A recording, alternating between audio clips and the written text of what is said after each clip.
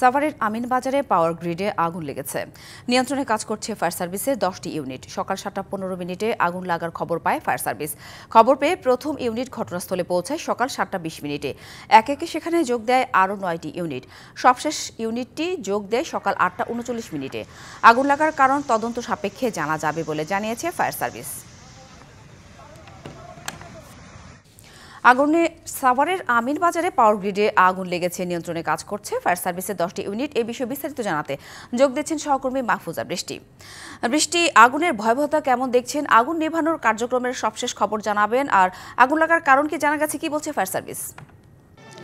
সাথী, আসলে এই মুহূর্তে আমরা এখানে এসে পৌঁছেছি। আমরা সবাই খবর পেয়েছি যে 7:15 কিন্তু এখানে আগুন লাগার ঘটনা ঘটে এবং 7:20 অর্থাৎ 5 মিনিটের মধ্যে কিন্তু ফায়ার সার্ভিসের প্রথম ইউনিট পৌঁছায়। তারপর থেকে কিন্তু এখানে কাজ পরিচালনা করছে। একটু দেখাই আপনাকে, যদিও আগুনের খবর আমি আপনাকে ওইভাবে জানাতে পারছি না এবং দেখাতেও পারছি না যে আগুন কি পরিমাণ সেখানে লেগেছে, কারণ যেহেতু এটা একটা পাওয়ার সাপ্লাই হয় এখান থেকে, জাতীয় গ্রিডে এখান থেকে বিদ্যুৎ যুক্ত হয়।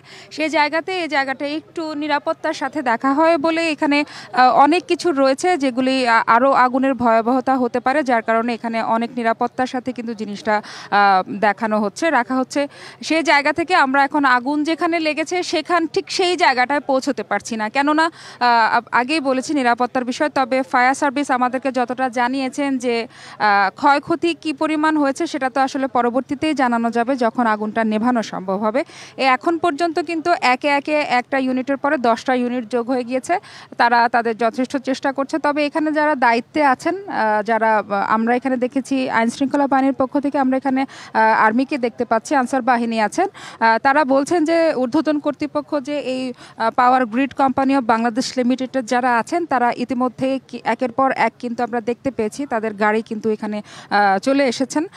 এখন তারা ভেতরটা গিয়ে আগে পর্যবেক্ষণ করে তারপরে হয়তো সংবাদ মাধ্যমকে কোনো ব্রিফিং করে আমাদেরকে বিস্তারিত জানাতে পারে। সাথী, এই মুহূর্তে আমি আসলে দুঃখিত, আপনাকে আমি বিস্তারিত তথ্য দিতে পারছি না। ব্রিফিংয়ের পরে হচ্ছে যে আমরা আপনাকে জানাতে পারবো। নিশ্চয় বৃষ্টি, আপনার মাধ্যমে আমরা বিস্তারিত জানবো। ধন্যবাদ। মাঠের অলরাউন্ডার আমি, আর ঘরের allrounder Tylox. Tylox toilet cleaner, clean মানেই টাইলক্স।